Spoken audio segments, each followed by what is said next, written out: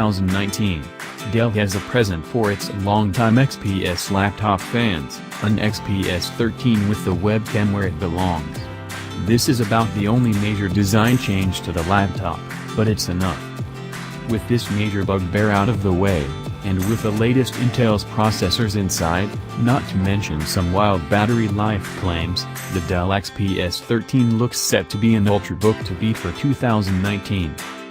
Dell wants the same $899, about £700, $1,260 for the starting configuration of the XPS 13 as last time. This price nets you an 8th generation Intel Core i3 processor, 4GB of 2133 MHz DDR3 memory and a 128GB SSD beneath a 13.3-inch Full HD, 1920 by 1080, Infinity Edge display. UK and Australia pricing and availability are to be confirmed. We don't yet know other configuration price points, but here's what the highest-end option looks like. An 8th generation quad-core Intel Core i7 processor, 16GB of memory and a 2TB SSD, all driving a 4K, 3840 by 2160, touchscreen.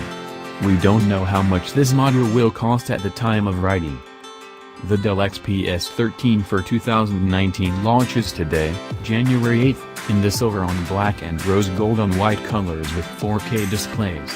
Later this month, a new frost option in 4K will be available along with all 3 colors with Full HD displays. Finally, the silver on black option with a Full HD touch display will launch later this year.